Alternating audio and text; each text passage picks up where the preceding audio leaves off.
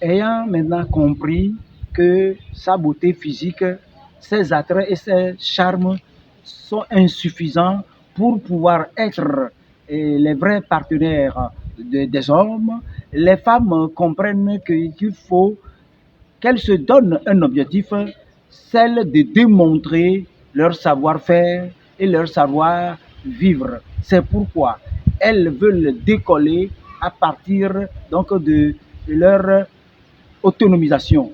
Il faut que toute femme, où qu'elle se trouve, se batte afin de pouvoir démontrer qu'elle est capable de pouvoir s'autosuffire. Et si d'aventure elle venait à trébucher, eh bien, il faut que le coup de pouce lui soit donné par son homme, autrement dit, par son époux ou son mari. Et si cela venait illico, donc la femme prendrait le virage nécessaire, le décollage qui s'impose pour pouvoir, si possible, égaler l'homme ou même le supplanter. Cela est encore possible. Mais il va falloir que l'on dise aux phalocrates, ceux qui sont en train de naviguer à compte courant, ceux-là qui battent de l'aile et qui veulent plonger les femmes dans la dépendance, que ceux-là, ces hommes, comprennent que le temps n'est plus à cette tergiversation. Bien au contraire, il faut permettre à la femme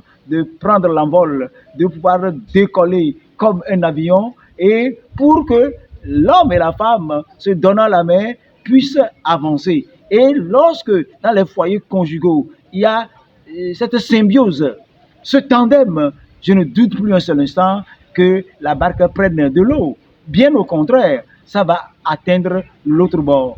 Et à ma qualité d'homme, je prends l'engagement au nom de mes frères, au nom de mes compères, et que dorénavant, nous allons permettre aux femmes de ne plus baisser les bras, de nous suivre, de nous guider, puisque d'ailleurs, le rôle de la femme, c'est de compléter l'homme, c'est de pouvoir apporter ce qui manque à l'homme, de pouvoir le lui donner pour que l'adage puisse encore se vérifier.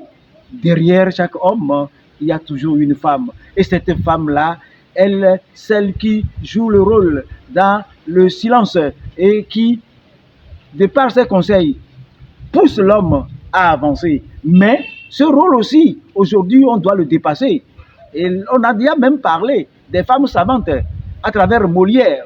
C'est pourquoi aujourd'hui, plus aucune femme ne doit attendre que la manne vienne de son époux, mais qu'elle-même arrive à partir du peu et dont elle bénéficie, à partir du peu qu'elle a, qu'elle puisse se décarcasser, qu'elle puisse se battre pour pouvoir démontrer que même sans l'homme, elle pourrait avancer. Même sans l'homme, elle pourrait chercher à l'égaler et si même possible à le supplanter. Tout cela, c'est encore possible. Mais halte aux mauvais actes des phallocrates qui sont en train de naviguer à compte courant et qui déçoivent de par leur comportement. Mais les femmes aujourd'hui prennent l'engagement de ne plus se laisser faire. Elles ne vont plus se marcher dessus.